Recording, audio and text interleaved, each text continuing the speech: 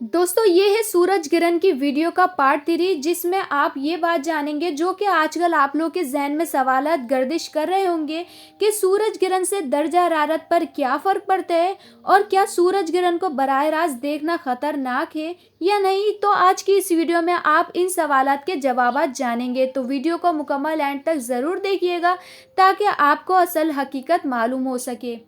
दोस्तों अक्सर लोगों का ये भी सवाल होता है कि सूरज ग्रहण से दर्जा हरारत पर कुछ फ़र्क पड़ता भी है या नहीं। तो ये बात दुरुस्त है कि मुकम्मल ग्रहण के दौरान दर्जा हरारत नुमाया तौर पर गिर सकता है, क्योंकि चांद सूरज की किरणों को ज़मीन पर पड़ने से रोकता है, जो मौसमियाती दुनिया में ज़मीन की सतह के लिए हरारत का बुनियादी ज़रिया तस्वुर किया जाता है। जब सूरज दौरान ग्रहण चांद से मुकम्मल तौर पर ढक जाता है तो कम शमसी तापकारी ज़मीन की सतह तक पहुंचती है, खुसूसी तौर पर वो इलाके जो ग्रहण की कुलियत का मुशाहिदा करने के लिए हो, जिसके सबब वहां के आबो हवा तेज़ी से ठंडी हो जाती है और सतह की दर्जा हरारत में नुमाया कमी देखने को मिलती है। लेकिन याद रहे, दर्जा हरारत में कमी की हद मुख्तलिफ अवामिल पर मुनहसर है, बशमूल सूरज ग्रहण इन इलाकों में ज़्यादा वाक़ होता है जहां दौरान ग्रहण आसमान साफ हो और हवा तैमी हुई हो। सूरज ग्रहण के इख्तिताम पर शमसी हरारती निज़ाम दोबारा शुरू हो जाता है, जिससे दर्जा हरारत मामूल की सतह पर आता जाता रहता है।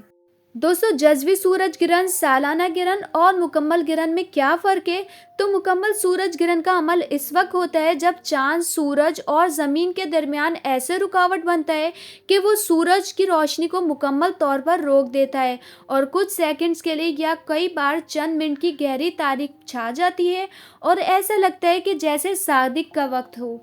नंबर 2, सालाना सूरज ग्रहण तब वाक़ होता है जब चांद और ज़मीन के दरमियान ज़्यादा फासला होता है, तो ज़ाहिर है ज़मीन से चांद छोटा नज़र आता है और इसीलिए ये मुकम्मल तौर पर सूरज को छुपा नहीं पाता और सिर्फ मरकज़ को ढांप लेता है, जिससे सूरज के बैरूनी किनारे एक हाले की सूरत में ज़ाहिर हो रहे होते हैं, जिसे अंग्रेज़ी में रिंग ऑफ फायर भी कहा जाता है। ऐसा इस वक्त होता है जब चांद ज़मीन से बहुत दूर होता है, जिससे ये छोटा दिखाई देता है और सूरज की डिस्क को मुकम्मल तौर पर ढांपने से कासिर होता है।